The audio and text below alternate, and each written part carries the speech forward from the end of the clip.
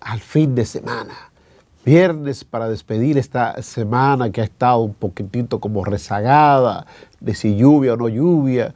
Comenzamos el lunes con lluvias en todo el país, el martes continuaron la lluvia, las amenazas de más lluvia, pero avanzó la semana.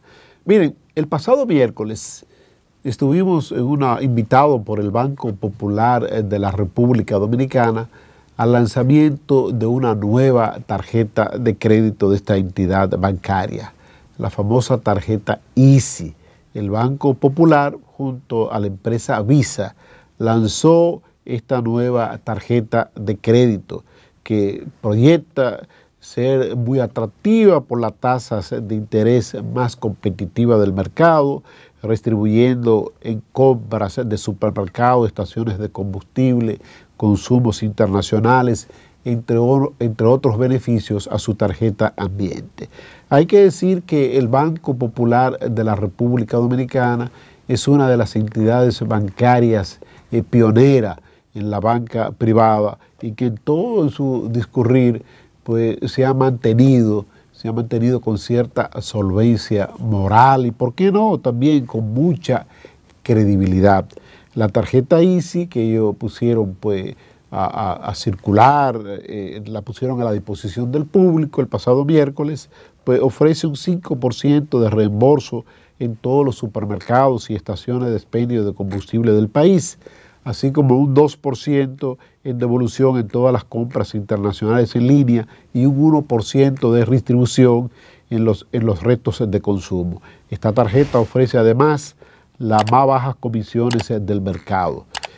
Ahí hablaron pues tanto los ejecutivos de la entidad bancaria como también los ejecutivos de la empresa Visa en la República Dominicana. El señor Francisco Ramírez, en su calidad de vicepresidente ejecutivo de negocios personales y sucursales, habló en nombre del Banco Popular de la República Dominicana por la empresa Visa. Habló la gerente general de Visa para la República Dominicana, la señora Sofía, y otros ejecutivos de esta entidad bancaria también hablaron a los asistentes a esta importante actividad. Sin duda alguna, el Banco Popular de la República Dominicana se mantiene con cierta credibilidad, con cierta aceptación en el mundo financiero de la República Dominicana. Pero no se queda atrás. A propósito de banco, el Banco de Reserva de la República Dominicana, que anunció en esta semana también el otorgamiento de una cantidad importante de becas para hijos de empleados y que estos puedan cursar sus estudios superiores, sus estudios universitarios. Fue alrededor de 80 becas que van a otorgar a jóvenes que concluyeron sus estudios preuniversitarios y que quieren hacer sus estudios de grado en diferentes universidades, tanto locales como internacionales. Eso es una muestra de la responsabilidad social corporativa de esta entidad bancaria, el Banco de Reserva de la República Dominicana, que no hay mal que por bien no venga, salió grandemente beneficiado producto de la crisis bancaria que se produjo en el país en la gestión gubernamental 2004, donde mucha gente pues perdieron la credibilidad o tenían ciertas dudas sobre el sistema bancario dominicano, pues entendieron que sus ahorros, sus depósitos de cuenta corriente de sus respectivos negocios, pues era más prudente trasladarlo al Banco de Reserva de la República Dominicana. A partir de ahí, de esa crisis bancaria 2004, el Banco de Reserva de la República Dominicana tuvo un crecimiento estrepitoso, enorme. A pesar de ser una entidad gubernamental, es el banco estatal, el banco de referencia para que las instituciones públicas tengan sus depósitos. A pesar de ser así, el banco funciona como una entidad privada, el Banco de Reserva de la República Dominicana. Y es bueno que se mantenga pues, separado los criterios políticos de lo que es el funcionamiento de una entidad bancaria. Usted no puede ir al Banco de Reserva porque sea compañerito o compañerita de la base del partido gobernante, si no califica a buscar un crédito, a buscar un préstamo bancario. Si no tiene la debida calidad, pues no vaya a buscarlo, que no se lo van a otorgar.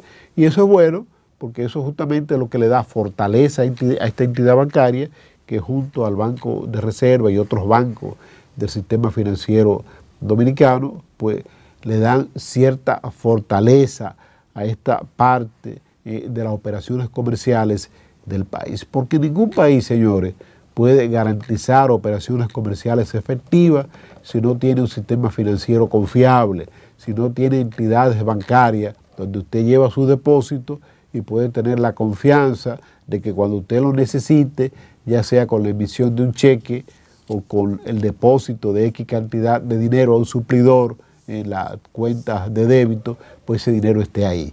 Ningún país funciona si no tiene esa credibilidad en su sistema financiero, porque imagínense, unos negocios, supermercados, estaciones de expendio de combustible, que manejan grandes volúmenes de negocio de dinero en el día a día, no pueden hacer operaciones en efectivo, nada más no pueden tener todos sus efectivos en una caja fuerte, como decimos ahí, por asunto de seguridad, por asunto de operatividad como tal. Quiero pues extender nuestras felicitaciones al banco, a dos bancos comerciales del país, tanto al Banco Popular de la República Dominicana, por el lanzamiento de esta nueva tarjeta de crédito, como al Banco de Reserva de la República Dominicana, que lo dirige el señor Samuel Pereira, que sin duda alguna en estos últimos años el Banco de Reserva, estoy hablando de los últimos 10 o 12 años, ha dado una muestra palpable de su crecimiento estrepitoso, de que año tras año pues deja cuantiosos beneficios, tanto favorables para sus empleados, porque se reparte lo que llamamos en el argot del derecho laboral, las famosas bonificaciones, cada año con mayor volumen, mayor cantidad, producto de los beneficios que recibe esta entidad bancaria, como también por esa responsabilidad social corporativa que no se abandona, no se deja a un lado, sino que es parte de la compensación, producto de los beneficios que obtiene esta entidad bancaria, que debe devolver a la población. Y en primer lugar, claro está, teniendo como blanco de público los dependientes, los hijos de sus empleados, que merecen tener una educación de calidad y merecen pues proyectarse hacia el futuro con un mejor porvenir. Eso queríamos decirlo en este viernes para iniciar con noticias positivas, porque como pasamos prácticamente la semana entera hablando de temas políticos que para muchas personas pues no son quizá del tanto agradables, pero es el día a día y es lo que debemos hacer constantemente.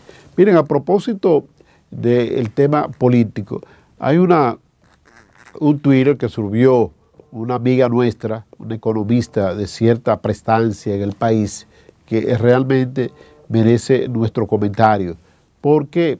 Porque realmente la situación, Mercedes Carrasco, me refiero a Mercedes Carrasco, ella hace en su cuenta de Twitter, pues hace un pequeño análisis en eso que ustedes ven ahí en pantalla, de cuál ha sido el comportamiento de la nómina pública en la presente gestión gubernamental. Dice ella que contrario a lo esperado del 2020 al 2023, la nómina del sector público no financiero se ha incrementado en nada más y nada menos que 125.085 millones de pesos para un 39.4%, para colocarse, producto de ese aumento, nada más y nada menos que en 442.678.4 millones de pesos. Y representará un 30% ese aumento del presupuesto público, efecto combinado entre más empleados con mayores salarios. El gráfico que ustedes ven que acompaña ese texto, pues le presenta un poquito difuso, pero presenta a ustedes cuál ha sido la evolución en cuanto al crecimiento de la nómina pública de estos 3 años y un mes de la gestión gubernamental del presidente Luis Abinader. Lo que se prometió, que se iba a reducir esa nómina supernumeraria de las gestiones gubernamentales pasadas, muy por el contrario, se ha aumentado, como demuestra Mercedes Carrasco en esta información que sube en su cuenta de red social Twitter. Sin duda alguna, la nómina pública en la presente gestión gubernamental, en vez de congelarse, en vez de reducirse, muy por el contrario, se ha aumentado. Y lo que llama más la atención de ese incremento en la nómina pública, ¿sabe cuál es? Que justamente al inicio, y es normal que se haga así, al inicio de la gestión gubernamental lo que se dieron fue despido masivo en la mayoría de las instituciones descentralizadas y centralizadas del Estado Dominicano. Entonces, si se están dando despidos para dar albergue a las compañeritas y compañeritos que hicieron posible el triunfo del PRM, ¿por qué crece la nómina? Porque si supuestamente donde hay uno, usted quita a una persona, pone otro. No, pero oigan qué ha ocurrido. Se han separado muchas personas en las nóminas públicas y se han nombrado el doble de lo que se han separado. Pero un ingrediente muy importante, y quiero que el señor director lo coloque en pantalla de nuevo, el gráfico, un ingrediente muy importante, ¿sabe qué? Que muchos de esos servidores públicos que han sido excluidos de la nómina, pues devengaban X cantidad de dinero como salario, poniendo 20,000 pesos. El que le pusieron como sustituto gana 40,000 o gana 50,000. El que le nombraron al lado gana igual cantidad. Y por eso este incremento estrepitoso de 125,085 millones de pesos, representando un 39.4% de incremento en la nómina pública, para llevarla a 442,678 millones, representando un 30% del presupuesto público. Ahí es quizás que se explica el por qué esta gestión gubernamental ha tomado tanto préstamo y los resultados de esos préstamos no se han visto. Ustedes pueden observar, por ejemplo, lo que fueron afectados por las interrupciones del servicio eléctrico, o lo que han sido afectados por las interrupciones del servicio eléctrico en las últimas semanas, los famosos apagones, cómo pues han vuelto estas interrupciones que se consideraban ya descontinuadas, que se consideraban en el olvido. ¿Por qué? Producto de que no se ha dado, y me puede ya retirar la gráfica, producto de que no se ha dado, ¿sabe qué? Una inversión en el delicado sector eléctrico. El sector eléctrico es, yo diría, la columna vertebral de cualquier economía.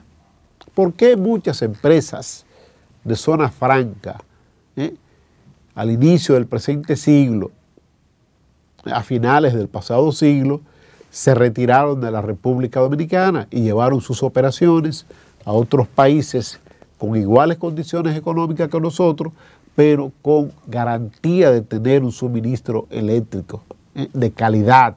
Se fueron, producto de que esas interrupciones eléctricas, esos apagones, elevaban de manera considerable los costos de producción. Muchas empresas de zona franca se fueron de la República Dominicana, se instalaron en El Salvador, se instalaron en Guatemala, se instalaron en Costa Rica porque reducían sus costos operativos. La energía eléctrica es un elemento sumamente importante en los costos operativos de cualquier entidad pública y privada. Ninguna empresa privada de zona franca va a invertir en un país donde no tenga una garantía en el suministro de energía eléctrica. ¿Por qué? Porque usted dirá, bueno, pues puede funcionar con plantas eléctricas propias. No, eso es muy costoso. Usted comprar combustible para una planta eléctrica propia le va a salir sumamente alto el costo de producción.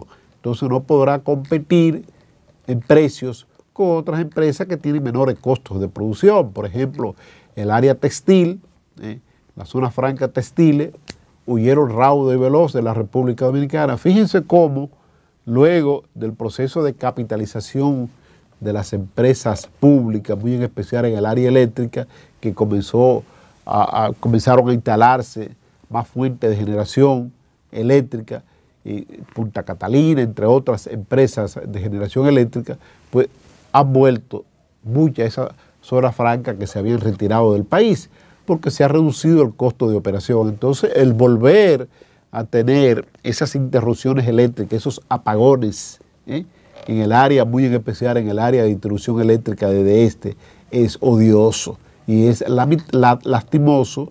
¿Por qué? Porque sin duda alguna nos remonta a revisar lo que ha sido el accionar de la presente gestión gubernamental en materia de inversión en la distribución eléctrica del país. Hace tiempo que no vemos en la prensa nacional, en los medios de comunicación masivos, que se firma un acuerdo con el Banco Interamericano de Desarrollo BID, con el Banco Mundial o con otro organismo crediticio internacional para captar recursos a fin de modernizar las redes de distribución eléctrica del país. Porque ustedes saben que muchos de los apagones que se producen en el país son por falta de generación eléctrica, pero otros son por fallas técnicas, averías que se producen en ese cableado de distribución eléctrica obsoleto que tiene el país en más de un 60 o 50%. Se dice que para remozar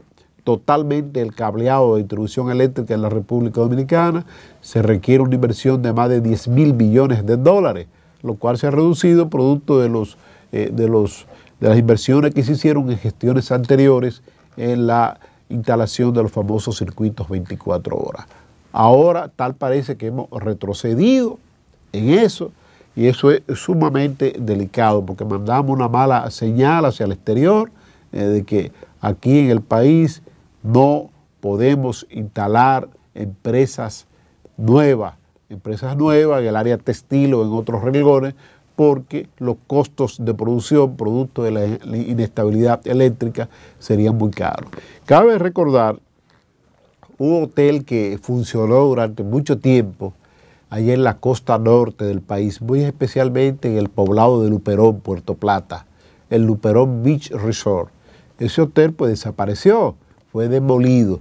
¿Por qué? Porque ese hotel no tenía garantía de suministro eléctrico y tenía que funcionar con 2 plantas de alta potencia, alternándolas cada 12 horas. Entonces los costos de funcionamiento de este hotel eran muy altos, producto del consumo de combustible que tenían esos 2 potentes generadores. Finalmente, la empresa que regenteaba ese hotel se retiró del país, demolieron esa estructura. Lo mismo puede ocurrir con otras empresas que traten de funcionar con generación eléctrica propia. Creo que uno de los grandes restos que tiene la actual gestión gubernamental del presidente Luis Abinader es justamente la garantía del servicio eléctrico en calidad y cantidad. Esta gestión gubernamental encontró muchos proyectos aprobados en materia de energía renovable. Eso pues se han concluido parte de ellos, pero la energía eléctrica a partir de fuentes renovables no es una energía eléctrica de potencia que garantice la calidad de este servicio. Este gobierno pues anunció hace ya más de un año, y espero que sí, que se esté avanzando en esto, que se iban a instalar potentes generadores eléctricos que funcionarían a través del gas natural como combustible en la bahía de Manzanillo, allá en la costa norte de la República Dominicana. Se habla de alrededor de 800 megawatts que no serían construidos, no serían instalados con capital propio, con capital del Estado Dominicano, sino que serían instalados nada más y nada menos que como inversión privada. Algo que es sumamente interesante, que los inversores o inversionistas, tanto locales que no se interesan mucho en esto, como internacionales, pues inviertan en la industria de la generación eléctrica, que ahí está garantizado el dinero. El único compromiso que tiene el Estado Dominicano con esta empresa que está construyendo esta planta de generación eléctrica de alta potencia en la bahía de Manzanillo es comprar la energía eléctrica que esta persona podrían colocar en línea. Eso sería importante. Ahora sería sumamente interesante también que el pueblo dominicano pueda conocer a profundidad este contrato que se ha suscrito con esta empresa que está construyendo esta planta, para que no ocurra lo mismo que sucedió en las gestiones gubernamentales del presidente Joaquín Balaguer, en el ocaso de su gestión, que se firmó un contrato con una empresa llamada Coyentri, donde se iba a comprar la energía eléctrica a esa empresa por la capacidad de generación, ¿no? La capacidad instalada, no por la generación que servían al país. Entonces ese relajito le costó al país ese contrato que pernotó hasta el pasado año 2022 billones y billones de dólares que nunca se recuperaron. Nuestro país lamentablemente, señores, carece de planificación.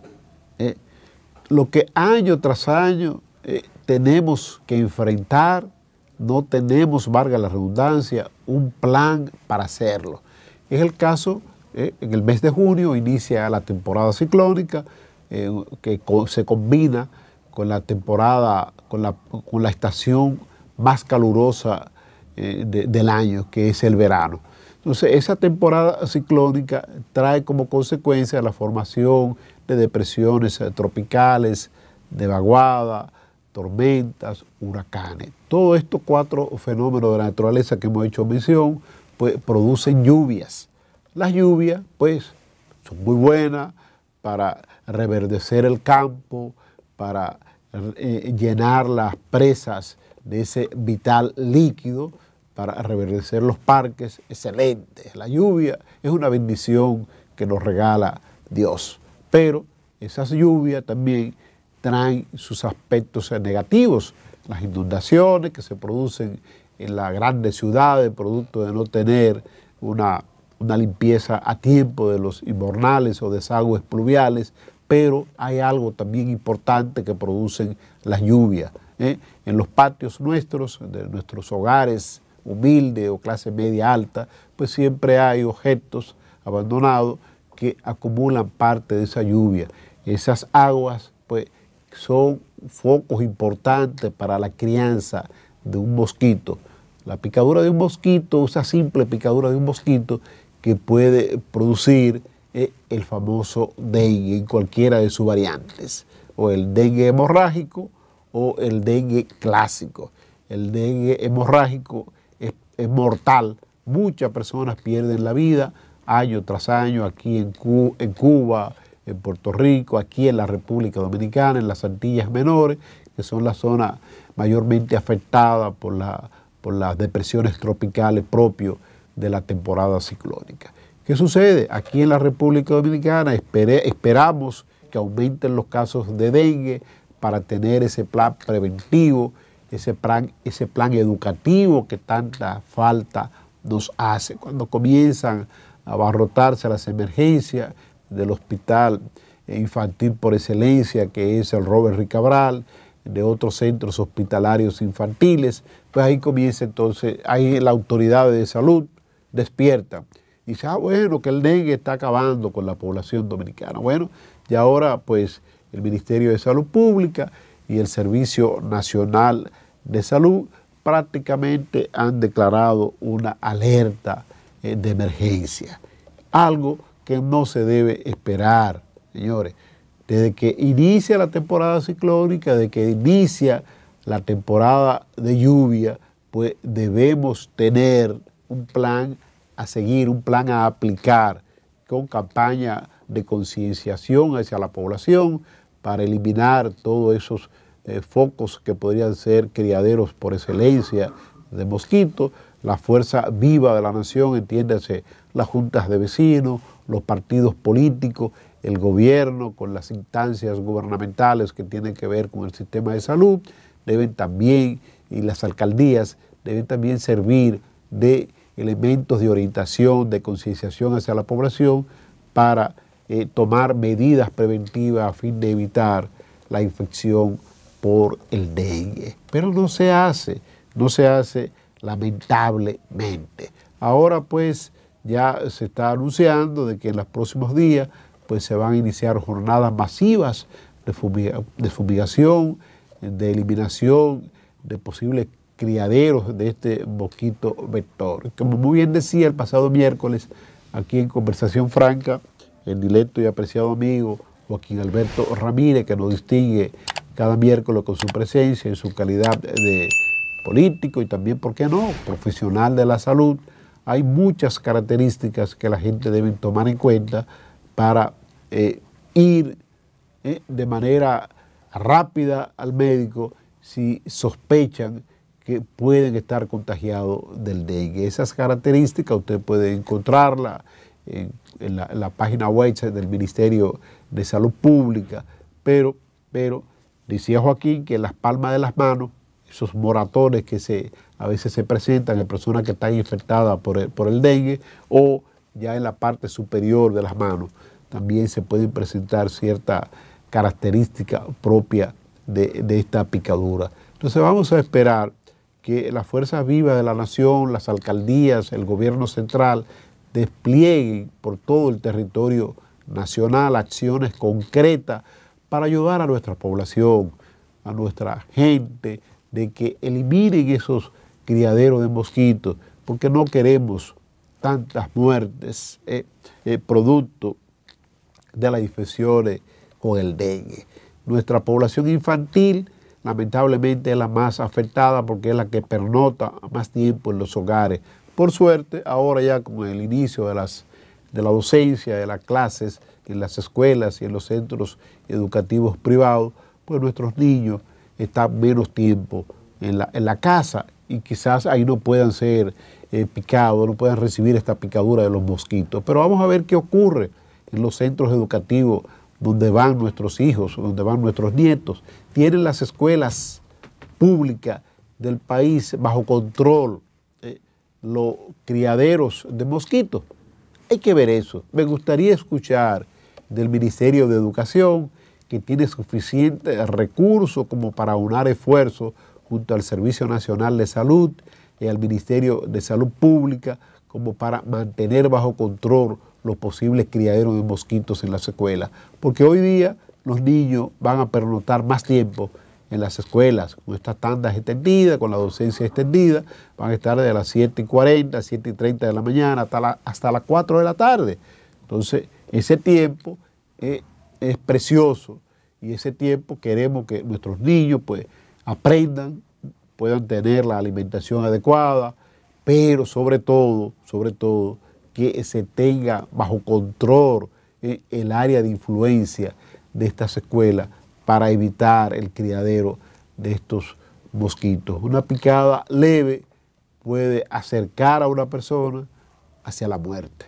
Y eso es lo que no queremos que ocurra, y esperemos pues que nuestras autoridades pues contribuyan orientando a la población. Me gustó sobremanera el anuncio que hizo el Colegio Médico Dominicano al inicio de la semana, suspendiendo las jornadas reivindicativas que tenían para este jueves y viernes para lograr mejores pagos de la aseguradora de riesgo de salud. Esos paros que tenían programados, el Colegio Médico Dominicano lo suspendió. Y qué bueno que lo suspendió. ¿Por qué? Porque necesitamos más médicos, necesitamos más enfermeras en los centros de asistencia pública, esos médicos que puedan orientar, médicos en capacidad de detectar con el amparo, claro está, de las respectivas analíticas, si una persona está afectada de esta enfermedad, para someterlo al tratamiento de rigor y evitar que se empeore la situación con una persona. Porque el dengue, a fin de cuentas, a tiempo, tratado a tiempo, no se convierte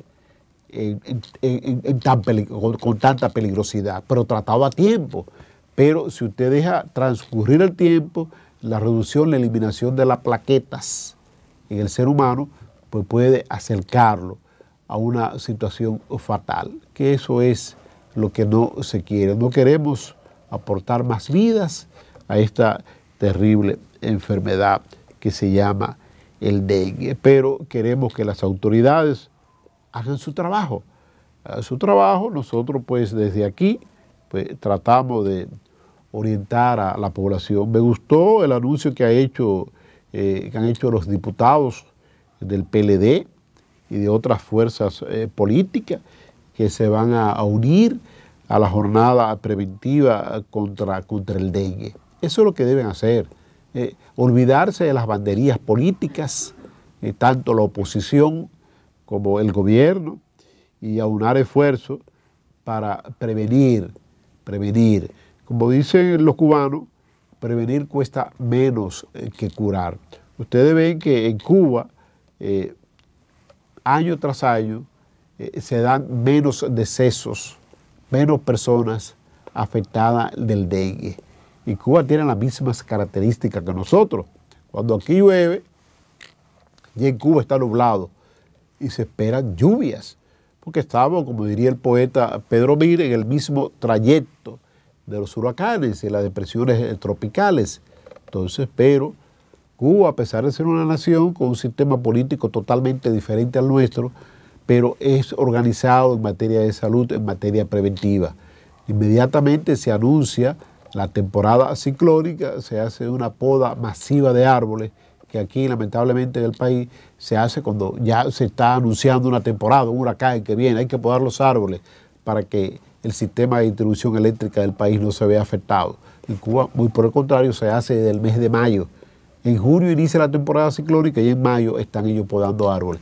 Pero primero la industria del plástico tiene poca incidencia en Cuba. Usted no va a encontrar muchos envases plásticos tirados en los patios. En consecuencia, hay un foco de criadero de mosquitos menos que aquí, que en la República Dominicana, porque aquí el plástico predomina ante todo. Los envases plásticos son los predominantes. Entonces, en Cuba eso se tiene bajo control. ¿Por qué nosotros no podemos hacer lo mismo? Podemos hacerlo por el bien del país y así evitar consecuencias mayores. Pero tal parece que no solo esta entidad política que dirige los destinos del país ahora, sino ninguna entidad política tiene esa voluntad de tomar acciones a tiempo. Es lamentable que tengan que pagar de manera dura muchas familias humildes del país o clase media alta por la enfermedad del dengue. Me llamó mucho la atención esta semana que mi directo y apreciado amigo, el subdirector del periódico, prestigioso periódico dominicano, Listín Diario, Fabio Cabral, estuviera afectado del dengue y que no encontrara un centro hospitalario donde recibir atenciones adecuadas.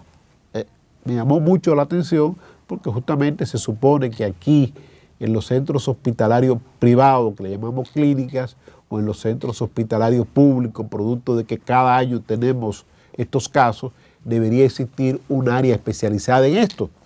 Médicos con especialidad en el tratamiento especial para esto. Ya no tenemos COVID. No me pueden decir que las áreas de internamiento, que las áreas de emergencia están ocupadas por enfermos de COVID. Las relaciones con Haití siempre será noticia. Vimos en el día de ayer cómo se desplegaron muchos equipos pesados, maquinarias pesadas, por allá a la frontera con Haití por Dajabón. ¿Qué buscan esos equipos pesados? Estamos hablando de tractores, greda, palas mecánicas.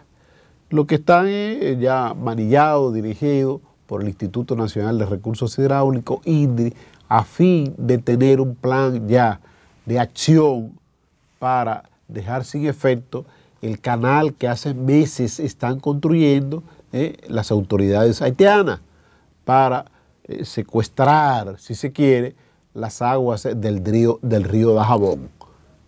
No sé por qué el país tiene que esperar tanto tiempo para tomar acciones concretas, medidas concretas con Haití. Si hace tiempo, hace más de un año que se está hablando de la construcción de este canal, ¿por qué no agotar el recurso diplomático para evitar que esto suceda? Se ha hablado ahí en Dajabón de la construcción de una presa hace tiempo, una presa binacional para aprovechar las aguas del río Dajabón, pero nunca se ha llevado a cabo esto. Tanto acciones concretas deberían emprender las autoridades haitianas cuando la tengan, porque ahora mismo no hay autoridad, como el gobierno dominicano, de gestionar créditos a nivel internacional del gobierno canadiense, del gobierno estadounidense, del gobierno francés, que tienen un compromiso con Haití para la construcción de esa presa y aprovechar a plenitud las aguas del río Dajabón, que no es un río muy caudaloso, pero represándolo, pues con el tiempo podrá tener un caudal de agua importante y así podrían ahorrarse conflictos a futuro entre las dos naciones que comparten la isla La Española. Haití quiere secuestrar, tal parece que es así, las aguas del río Dajabón. Han construido este canal que ya le queda pocos metros para empalmar, para conectarse al río Dajabón. Eso sería un secuestro a las aguas de este río. Ha dicho uno que fue primer ministro de Haití hasta hace pocos meses que Haití tiene el legítimo derecho a aprovechar las aguas de ese río. Pero yo le diría a este señor, también la República Dominicana tiene el legítimo derecho a aprovechar las aguas de este río, que es un río fronterizo, pero de manera racional. La construcción de este canal para sustraer la mayor cantidad de agua posible. Se dice que hay una empresa privada haitiana detrás de la construcción del mismo para comercializar el agua con los agricultores haitianos. Hay que decir que la parte norte de Haití es la parte más productiva agrícolamente hablando y es la que sería irrigada con las aguas secuestradas del río Dajabón. Vamos a esperar que el conflicto no llegue a mayores términos y que se pueda llegar a un entendimiento, si es que se puede, con alguien que tenga calidades de parte de Haití para evitar una tragedia en este lugar. Siempre Dajabón será noticia importante que comentar. Miren, a propósito de frontera, el presidente Luis Abinader pernoctó hasta el día de hoy, viernes, en el sur del país, específicamente en Barahona y Pedernales. El presidente pues pernoctó el miércoles en la noche, durmió en Barahona y luego pues el jueves se trasladó a Pedernales. Pedernales es una provincia fronteriza con grandes encantos naturales. Se ha hablado en muchas ocasiones el por qué Pedernales no fue explotado turísticamente hablando desde el inicio de la década de los 70, los 80, cuando se habló de turismo aquí en la República Dominicana. Pero todo espera su momento. El momento de Pedernales ha llegado ahora producto de las acciones de los diferentes gobiernos que hemos tenido aquí en la República Dominicana, que inició en la gestión gubernamental del presidente Leonel Fernández, los 26-2000, cuando inició una serie de acciones judiciales como para recuperar tierras que habían sido vendidas en el tramo final de la gestión gubernamental del presidente Balaguer, de manera ilegal. Bahía de las Águilas, un lugar encantador de Pedernales, había sido vendido, se había construido ahí, supuestamente se había asignado esa tierra para proyectos agrícolas. Y ahí no se dan ni las maldiciones, porque son tierras arrecifes, de coral muy hermoso, precioso, una arena blanquecina. Entonces la intención era pues luego vender esas tierras. Luego el presidente Hipólito Mejía emprendió acciones concretas también como para rescatar esta tierra, declarándola de utilidad pública, pero esto fue recurrido y luego tiene que continuar el presidente Danilo Medina con acciones concretas para devolver esta tierra al Estado Dominicano, acciones legales que se llevaron a los tribunales de la República y justamente el Estado Dominicano quedó ganancioso. Le ha tocado al presidente Luis Abinader ya el camino despejado e iniciar el contacto tanto con organismos internacionales, con agencias internacionales, para lograr la construcción de habitaciones hoteleras que se requieren en este importante lugar del país para que Pedernales pueda aprender como destino turístico. Y ya ayer, cuando el presidente Luis Abinader estuvo en Pedernales, pues se anunció de manera formal, ya fecha hay establecida para la inauguración, la puesta en servicio del famoso puerto de Cabo Rojo, puerto turístico, que estaría ya en capacidad de recibir visitantes, de recibir cruceristas. Vamos a esperar que sí, que eso sea una realidad. Se anunció también que se están construyendo con grandes cadenas hoteleras más de 15.000 habitaciones. 15.000 habitaciones en Pedernales. Habría que hacer mucho esfuerzo para llenarla, pero llegará el momento en que van a escasear las habitaciones. Eso es así. Lo que falta por hacer en Pedernales quizá lo tiene Barahona, y por eso el presidente Luis Abinader estuvo en Barahona mientras es un aeropuerto para que naves aéreas procedentes de Europa o de Estados Unidos puedan aterrizar allí y el turista no tenga que hacer el periplo de ir de la capital dominicana, donde está el aeropuerto más cercano, que es el Aeropuerto Internacional de las Américas, hacia Pedernales, que es un trayecto de un poco más de 4 horas. Entonces usted se va a estropear, no va a poder disfrutar los encantos de esta provincia de Pedernales. Vamos a esperar entonces que con la puesta en funcionamiento del famoso Comando Sur de la Fuerza Aérea Dominicana, que tendrá como base el aeropuerto María Montés, pues también se dé apertura comercial a este aeropuerto que nunca ha tenido ese uso intensivo. En lo que se construye el aeropuerto ya de Pedernales, que se ha prometido construir un aeropuerto en Cabo Rojo, Pedernales. ¿Por qué? Porque la hotelería, el turismo, señores, no es cualquier cosa. El turismo es algo más que habitaciones, es algo más que un simple decir. El negocio turístico, si quieren, pueden preguntarle, pueden consultar al señor Frank Rainieri, es un negocio de paso a paso, de ir posesionando, de ir colocando en el ámbito internacional, si se quiere, en la agenda de los tour operadores, los polos turísticos. Frank Rainieri, recuerdo muy bien como ahora, en la década de los 80, cuando tuvo la visión de hacer de Punta Cana un lugar exquisito, un lugar digno de visitar. Y ahora mismo Punta Cana es uno de los lugares, los destinos turísticos por excelencia, no solo de la República Dominicana, sino de la región. Punta Cana es visitado por turistas europeos y estadounidenses que no saben que Punta Cana es parte de un país que se llama República Dominicana. He tenido la experiencia en diferentes aeropuertos internacionales del mundo que me he encontrado con personas que vienen para Punta Cana y lo vi una vez en un aeropuerto en Europa, en Alemania específicamente, que hay un letrero que decía vuelo para Punta Cana. No dice para República Dominicana, sino para Punta Cana, vuelo directo, su vuelo charter que llegan al aeropuerto internacional de Punta Cana. Pero producto de que Punta Cana se convirtió en un destino por excelencia del turismo mundial, producto de la constancia. Y eso es lo que justamente está ocurriendo con Pedernales. La constante, ahora ya esta parte importantísima, que es la construcción de las habitaciones, la construcción del puerto crucerista. Señores, los barcos cruceros transportan grandes cantidades de personas. Un barco de estos cruceros puede trasladar alrededor de 3.000 personas. 3.000 personas.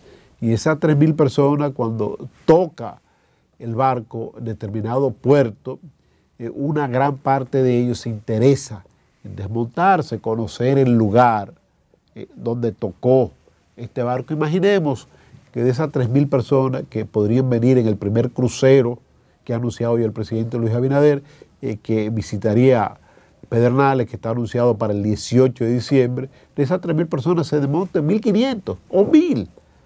De esos 1.000 que se desmontan, se tiene calculado el promedio de gasto de un turista es de $100 a $150. Imaginémonos eso, que eso sea una realidad. Sería un gran dinamismo para Pedernales, pero ojo con esto, Pedernales es una provincia fronteriza. El sistema educativo haitiano en materia de enseñanza del idioma, tanto el francés como el inglés y el español, es más efectivo que el de República Dominicana, para que ya a futuro los empleos que podría generar el turismo en Pedernales no sean absorbidos por los hermanos haitianos, sino que se tenga preparado aquí el personal adecuado, tanto con el dominio del inglés, del francés u otros idiomas, para que sean lo que puedan favorecerse de los empleos que se podrían generar en Pedernales. Miren, los principales enemigos de la reelección o de la pretendida reelección del presidente Luis Rodolfo Abinader Corona son sus funcionarios. En el Cibao, en Santiago de los Caballeros, donde el presidente Luis Abinader ha tratado de acercar más el gobierno a la gente y que ha emprendido una serie de obras importantes como el monorriel, entre otras obras impactantes para la ciudad de Santiago de los Caballeros, pues funcionarios como el flamante director ejecutivo de la empresa de distribución eléctrica del Este, Andrés Cueto, pues se ha dedicado nada más y nada menos que a buscar polémica, a tratar de politizar un tema tan neurálgico como es el servicio eléctrico en la República Dominicana. Dice Andrés Cueto que los apagones en la República Dominicana los tenían los PLDistas. Señor, si usted no sabe qué decir ante un micrófono, una cámara de televisión, pues mejor calle, no opine. Si la gente está viviendo en estos momentos, tanto en Edenorte, la empresa de distribución eléctrica del norte, como en Edeste y también en Edesur, constantes apagones, constantes interrupciones, no venga usted a decir 3 años después de haber concluido una gestión gubernamental que los apagones lo tenían, significa que no hay apagones ahora. Entonces, ¿qué es lo que está sintiendo la gente? ¿Cómo le llaman a los apagones del Partido Revolucionario Moderno? ¿Qué nombre van a tener? Entonces creo que el gerente general de la empresa de distribución eléctrica del norte, el señor Andrés Cueto, pues debe ser llamado a capítulo por parte de las altas instancias de su partido, el PRM, y también, ¿por qué no?, de las altas instancias del gobierno central. En el este han sido sustituidos 3 directores generales. En el norte, a pesar de los hierros, de los errores desde que inició su gestión al frente de esta empresa de distribución eléctrica, el señor Cueto se mantiene ahí como Juancito el Caminador. Entendemos que en esta empresa de distribución eléctrica hace falta un gerente, que carece el señor Cueto de esa gerencia, carece de ese conocimiento de lo que es de la importancia del servicio de generación, de distribución eléctrica. Y justamente que con este tipo de declaraciones lo que hace es demostrar una vez más su incapacidad para dirigir esta institución y se convierte en el principal enemigo del proyecto reeleccionista del presidente Luis Abinader. Él dice que los apagones son por avería, pero ¿quién está llamado a corregir las averías? Las empresas de distribución eléctrica que sirve la energía eléctrica en la región X, en este caso en Edenorte. No están llamados a corregir las averías la oposición de lo que fueron gobiernos hasta el año 2020. Es lo que dirige en la actualidad el gobierno central. Dice el señor Cueto que justamente en su área de Concepción él ha hecho muchos trabajos y que se han hecho muchas inversiones, que estos cortes eléctricos pues son provocados por enemigos del gobierno que todavía permanecen laborando en la empresa de distribución eléctrica. creo que debería buscar una forma más elegante de justificar su inoperancia, su incompetencia dirigiendo una empresa tan importante de distribución eléctrica como lo es Edenorte. Señores, será hasta una próxima entrega de Conversación Franca por su canal, Su Mundo TV. Feliz fin de semana.